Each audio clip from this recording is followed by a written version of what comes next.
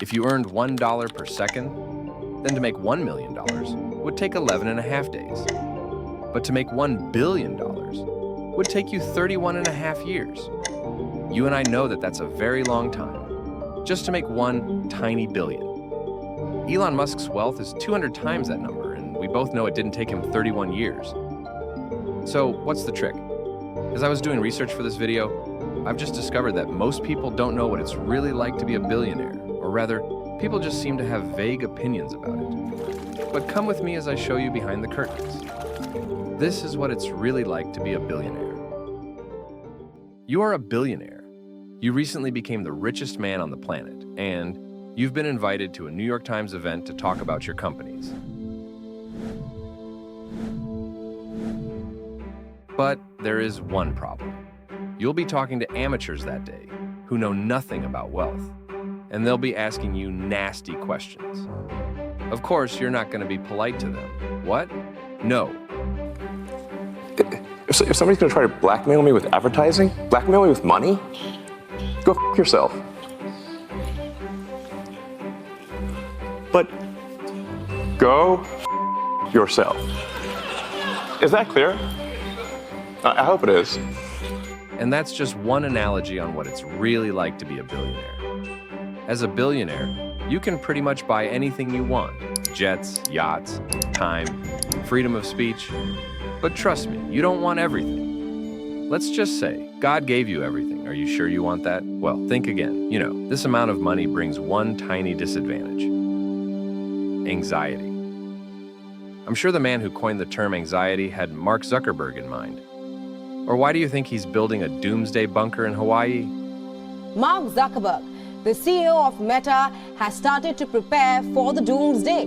Yes, the Facebook founder is creating a compound which also features a doomsday bunker. He is creating this compound in Hawaii. And this begs the question, why are these billionaires always obsessed with preparing for the future? Building bunkers and fortresses, Elon Musk is trying to take humans to Mars. Is there something they know that we don't? Man, you see this Mark Zuckerberg building this $270 million bunker?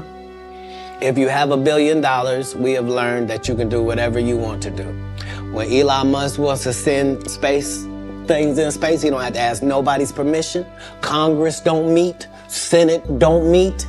No police department gotta be warned. He don't need a permit. None of that. If you got $1 billion, you do what you want to do, and then you tell them what you did. Man. And that's how it goes. What he building a $270 million bunker? What do you know that we don't know, Cat? Kim Jong-un? What? I don't know what you don't know. Do you understand that people that are not very bright are in charge of nuclear bombs all across the country? Mm-hmm. That's what he knows. He knows that 30% of all weapons systems are running off regular Wi-Fi.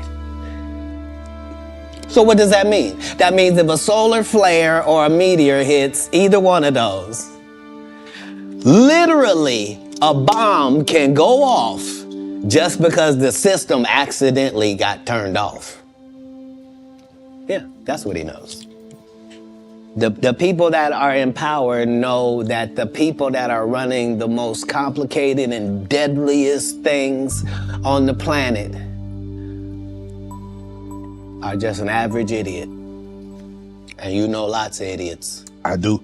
Yep, and these people are not special. Back in the day they were. Yeah. Not today. Not today. And that's another point. When you are a billionaire, you get hold of information that is classified. And by that, I mean secrets, like secret information, which makes you an easy target for assassinations. Because you can't make $1 billion without making enemies in the process, can you? Andrew Tate is a victim of this. He's a billionaire, by the way, but he ended up making some very powerful enemies, or should I say, one powerful enemy. The Matrix. You know, once you become a billionaire from social media influence, the Matrix is like your God. It may bury you if it wants to. People like Kanye West, the Kardashians, Logan Paul have to keep their mouths shut or else. As a billionaire, you get hold of something very important. So important, in fact, that governments take time to listen to you Companies in the Fortune 500 want to know your opinion because your words are enough to make their stock go up or come crashing down. Respect and recognition. You see, with this kind of wealth, you get into meetings with heads of state cause, like I said. You're powerful enough to make an economy come crashing down. You might ask, what do you mean powerful enough to kill an economy? Well, here's how. Just kidding. One billionaire can't kill an economy. But the point is, billionaires, particularly those in finance or technology, can have huge influence over stock markets. Mark Zuckerberg can't just sell off his Meta stock willy-nilly. Otherwise, he'll cause a stock market crash. Or even if it doesn't crash, it will become too volatile, and the US federal government doesn't want that. Even politicians respect you like a king, because you're rich enough to influence elections. You can decide who wins and who doesn't. Madison Square Garden, ladies and gentlemen, give it up for the greatest capitalist in the history of the United States of America, Elon Musk!